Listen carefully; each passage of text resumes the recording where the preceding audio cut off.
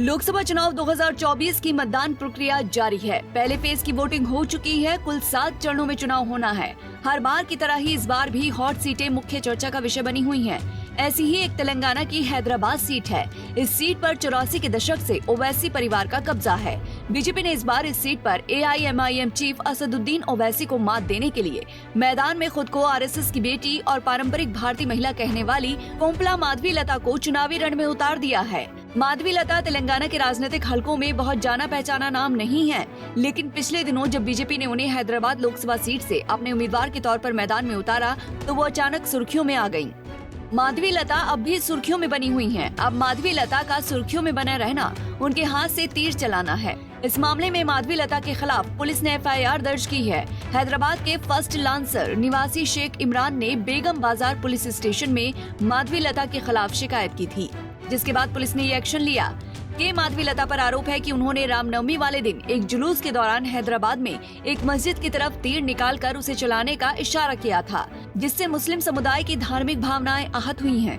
Police के अनुसार 20 अप्रैल को माधवीलता के खिलाफ IPC की धारा 295A यानी जानबूझकर और दुर्भावनापूर्ण कार्य, किसी वर्ग के धर्म या धार्मिक विश्वासों का अपमान करके उसकी धार्मिक भावनाओं को ठेस पहुँचाने के इरादे से किया गया काम के तहत मामला दर्ज किया गया है। तो वहीं अपनी सफाई में माधवीलता ने कहा कि वो लोग डर गए हैं, इसीलिए हमारे मुस्लिम भाइयों बहनों को हमारे खिलाफ भड़काने का काम कर रहे हैं।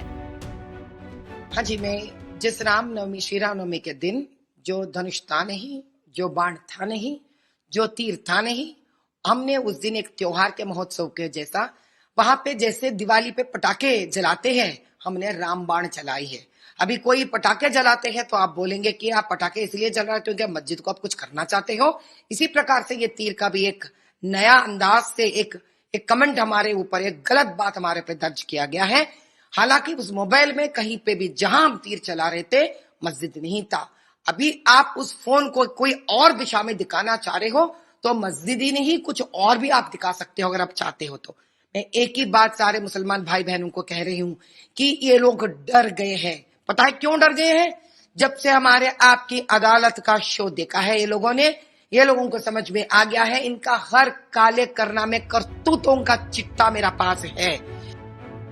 मामले पर राजनीतिक सरगर्मियां घटना के बाद से ही अपने चरम पर हैं। 18 मार्च को हैदराबाद में एक प्रेस कॉन्फ्रेंस को संबोधित करते हुए असदुद्दीन ओवैसी ने कहा था कि काल्पनिक तीर छोड़ने का ये तरीका हैदराबाद की शांति को खत्म करने के लिए था।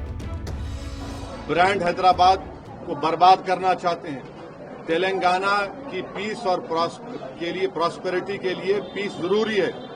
और ये जो कल हरकत की गई, जो आप सब लोग वीडियो देख के आप लोग नहीं चला रहे उसको, आप लोगों की आंखें बंद हैं, ये आप लोगों का बायसनेस है। ये कि एक रिलीजियस स्ट्रक्चर के सामने RSS और बीजेपी वाले इस तरह का एक्शन करते। आप हैदराबाद को अमन को खराब करना चाहते हैं और हैदराबाद और तेलंगाना की आवाम इनके इस हरकत को देख चुकी है कि ये लोग, इनके इंटेंशन क्या है, ये क्या फ्यूचर लाना चाहते हैं हैदराबाद और तेलंगाना में। तो मैं बड़ी इज्जत और एहतराम के साथ तेलंगाना की आवाम से, हैदराबाद की आवाम से अपील करूंगा कि तेलंगाना और हैदराबाद के अमन और पीस के लिए आप लोग देखिए लोग क्या करना चाह रहे हैं और अपने एक वोट का सही इस्तेमाल करिए। जिस हैदराबाद सीट पर बीजेपी की तरफ से माधवीलता चुनाव लड़ रही हैं, उस हैदराबाद सीट पर एक लंबे समय से ओवैसी परिवार का कब्जा रहा है। AIMIM चीफ असदुद्दीन ओवैसी के पिता दिवंगत सलाहुद्दीन ओवैसी 1984 से 1999 तक लगातार हैदराबाद सीट पर 6 चुनाव जीते। इसके बाद 2004 से लेकर 2019 तक 4 बार से असदुद्दीन ओवैसी यहां से परचम लहरा रहे हैं। कुल मिलाकर 10 बार से लगातार इस सीट पर ओवैसी परिवार का कब्जा है। तमाम रस्साकशी के बीच क्या माधवीलता इस हैदराबाद सीट पर बीजेपी का कमल खिला पाएंगी, ये देखना बड़ा दिलचस्प होगा। Bureau report, Punjab Kesari TV.